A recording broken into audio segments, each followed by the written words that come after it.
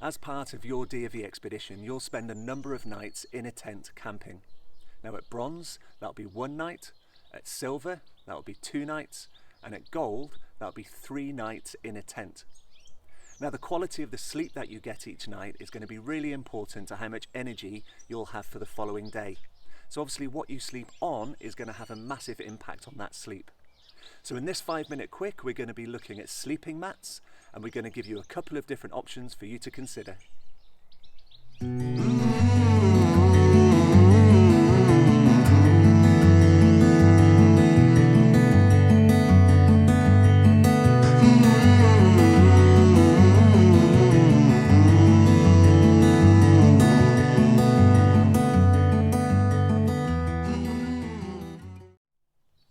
So the first of the 2 options that we're going to look at is just a foam mat, like this one just here. Now these are relatively cheap and you'll get them in most outdoor shops.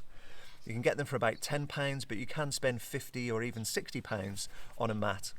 Now depending on how much you spend will depend on how much warmth it will offer you and how much comfort it will give you on your night out.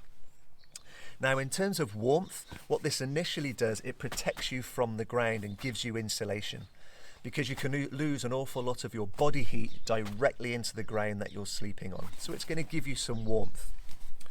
Secondly, they're not very thick, so it's not going to give you the most comfortable night's sleep, and you still might feel any stones or rocks that are underneath your tent. One of the great advantages of a foam mat like this is that it can't get damaged in any way at all.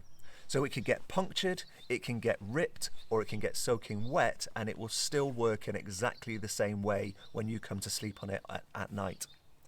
Now a disadvantage is that they're quite bulky, so it'll have to go onto the outside of your rucksack. Now you still want to maybe protect it from the elements, so putting it inside a dry bag or inside a rubble bag will just protect it from the rain and maybe keep it dry, but it's definitely going to go on the outside of your rucksack. So these are relatively cheap, they're going to offer you insulation from the ground, but they might not give you the most comfortable night's sleep. So the second option that we're going to look at is an air-filled mattress like this one. Now first of all, you have to blow these up so they will work, but you can see straight away they're an awful lot thicker than the foam mat that we had earlier on. So that means it's going to give you more insulation from the ground, which means that you'll retain more of your body heat and will probably give you a warmer night's sleep.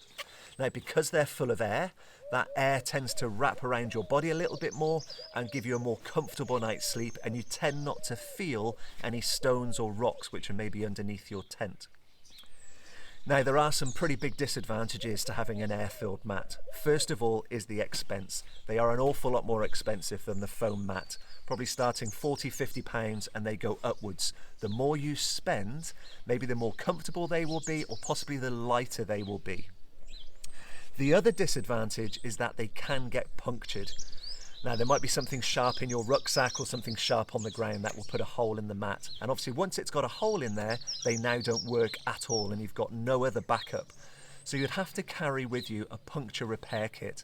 Now you'll probably get a kit when you buy the bag, but that's definitely got to be carried with you during your expedition. These also pack down a little bit smaller, which means they tend to go inside your rucksack instead of on the outside of your bag. And you'll want to try and keep this as dry as possible, so it needs to go into its own dry bag or into a rubble bag. Now in one of our other videos we're going to look at how we keep all of our kit dry, so check that video out as well. But this is a great option if you just want to spend a little bit more to guarantee that you're going to get a more comfortable night's sleep. But do bear in mind those disadvantages of the fact that they can get punctured. And you definitely want to be carrying that puncture repair kit with you. Okay, and finally, this is a yoga mat. It is not a sleeping mat.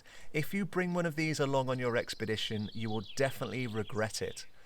Because they're so thin, they will not give you that thermal protection from the ground, so all of your body heat will just vanish underneath you, so you'll be really cold. Because they're so thin, you will definitely feel every single stone and rock that's underneath your tent, so they'll be really uncomfortable. So go out, buy yourself a foam mat or an inflatable mat, whichever your budget will allow you to get, and to ensure that you get a really good, comfortable, warm night's sleep.